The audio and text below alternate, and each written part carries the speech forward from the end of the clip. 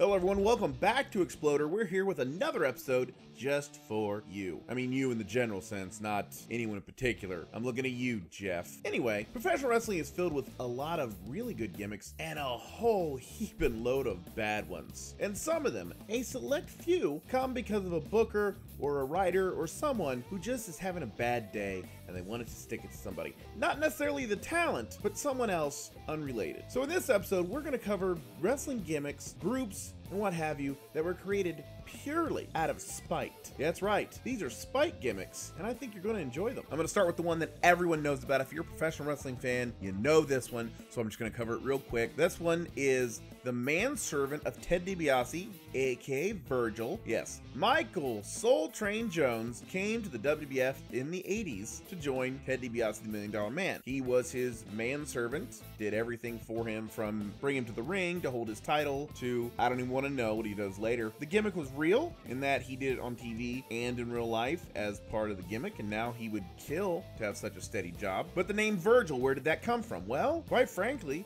before they actually got a hold of him and polka dotted the hell out of his ass, there was something about the WWF and Dusty Rhodes. Dusty Rhodes' real name was, of course, Virgil Runnels. So what they decided to do, name Ted DiBiase's manservant Virgil. I don't know what they were trying to accomplish other than, aha, that stuck it to him. And then they got him and put polka dots on him and put him with an overweight African-American woman who didn't know wrestling, but which he still got over, by the way. So screw you, Vince. So that's just starting with that one. Virgil was a rib. I don't know if that counts as spite, to be honest with you. Just now that I say it out loud, I'm not sure if it counts as spite, but it's a nice little tidbit. So we go from the more benign to the more absurd. And of course, yes, I'm talking about WCW. Former WWF writer and Vince Russo +1, Ed Ferrara, came to WCW with the aforementioned Russo in 1999 because of course he did. Keep in mind, this man would eventually be a white guy with dreadlocks, so maybe his life choices aren't the greatest. Anyway, when he got there, he decided, why not? He's gonna burn every bridge. Not only burn the bridges that he had, he's gonna burn the bridge, shoot the workers building a new bridge, burn that bridge, pee on the ashes, and then set fire to the ashes. That was a vivid description I just gave there. Anyway, he was gonna do this by creating a gimmick called Oklahoma. Now I'm gonna put up a picture right now of Oklahoma. Now you take 5 seconds, 3 seconds, 2 seconds, and tell me who that is. That's right, that's Jim Ross. Cowboy hat, his name's Oklahoma. They even put the WWF logo on his trunks at one point, which was brilliant. Now it's not the cowboy hat, it's not that he yelled hoovy or pinata, which was annoying, but it's not that he did that. Here's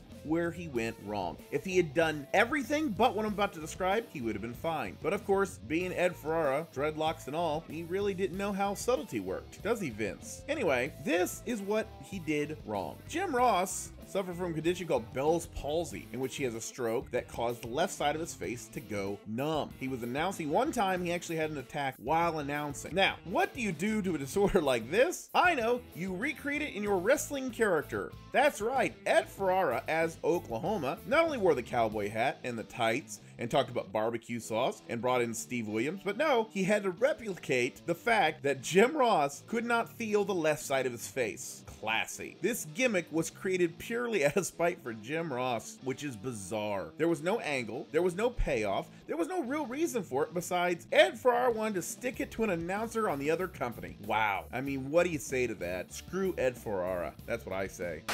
Now it's time for Newsflash, where Gilbert is undefeated. Randy Orton's personal tattoo artist is suing WWE and 2K Games for copyright infringement, claiming her tattoos are being used without her permission. WWE has agreed to pay her as long as she promised to stop giving Randy Orton tattoos.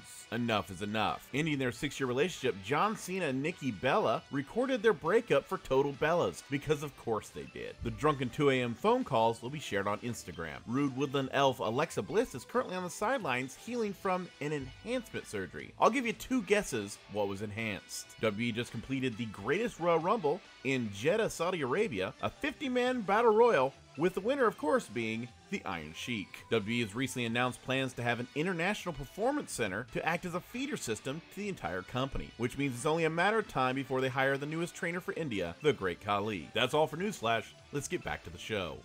In the case of a character created out of spite that's actually pretty good, Raven tells a story of how he created Sign Guy Dudley as a way to get back at a fan. Apparently there was a fan at the ECW arena who, at a after party / drug carousel, I don't know what they called them, snubbed Raven as he was quoting here, keeping kayfabe. Raven was so offended at the idea of a fan, thinking that he was in the business enough to keep kayfabe, he decided he was going to create a character to take the guy's gimmick. The guy used to carry signs, so he decided to create a character that exclusively carried signs. Thus came Sign Guy Dudley. The entire gimmick was created to piss off a fan. The guy, by the way, Sign Guy Dudley, worked there for years after that, later becoming Louis Dangerously, and ended up with an indie career, all to piss off a fan in the ECW arena. I don't care what you say about spite, that's pretty funny. Our next gimmick was created purely out of spite, but actually became one of the most successful members of the WWE roster in their entire history. That's right, I'm talking about Hunter Hearst Helmsley. That's right, Hunter Hearst Helmsley, Triple H, the Cerebral Assassin, the King of Kings, the King. I don't know how many gimmicks he has. Point is, the character was originally created as an American aristocrat who wore riding boots, a long jacket, who literally looked his nose down at people. Now, what was the inspiration for the character? Well, Vince McMahon hated his neighbors. That's right, Vince McMahon actually grew up in North Carolina with his mother and stepfather, meeting his real father, Vince McMahon Sr., years later. He grew up with a working class attitude. Some people have said he's just as comfortable in a board meeting as hearing a fart joke. So with that, when you take that personality and move it into Greenwich, Connecticut, where they invented money, it doesn't work out exactly the way you're planning it. He moves in, and his old money neighbors don't really care for him much. So what does he do? He decides to create a character exclusively to crap on them. Now, understand, this is a kind of spite that's really intricate because it requires a gimmick. You have to take a wrestler, make a gimmick, put it on TV, and understand that the people you're lambasting will never see it. But basically, people who do not know them will indirectly hate the people that you also hate. You following me? No?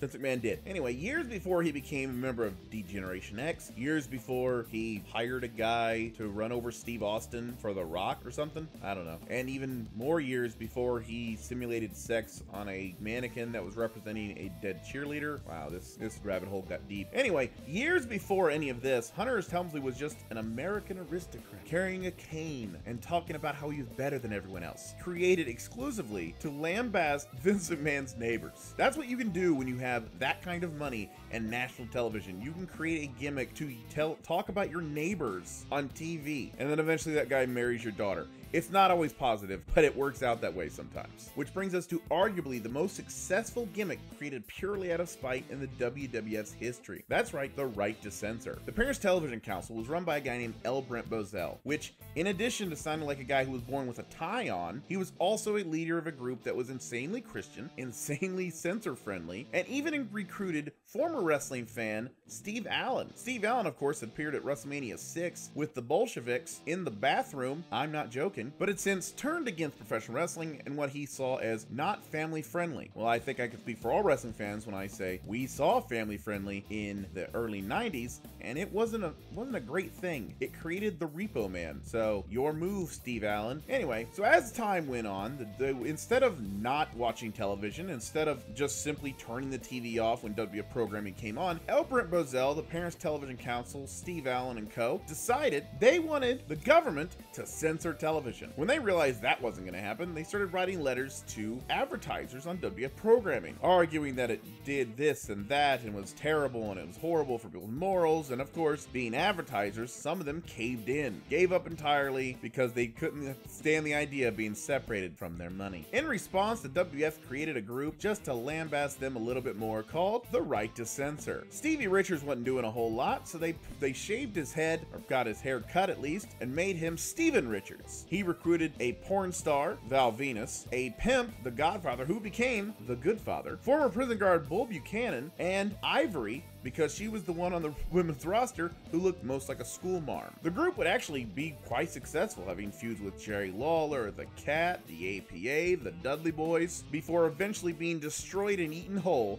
by The Undertaker. The whole gimmick was created to spite the Parents Television Council. Their entrance music was just simply noises and buzzers. It was the most awful thing you ever heard in your life, and it was intended to be such. I mean, they were destroyed in one night by The Undertaker, but until then, they actually had a good run. So again, they created a successful gimmick out of pure spite against a crazy right-wing Christian who didn't know when to shut up. WWE takes controversy and turns it into something amazing. Not everyone one liked the RTC. I know no one liked the music, but it was different and it was a response to what was actually happening at the time, and it worked within the Attitude Era framework. So for a Spike gimmick, it was actually pretty successful. Just a heads up, if you have a topic you want covered, if you have a topic idea, a question, anything, want to send me hate mail, whatever, put it below the video and I might address it on a future episode. So that'd be cool. Well, that's going to do it for this time. I'm Dan, this is Exploder. Have a good one.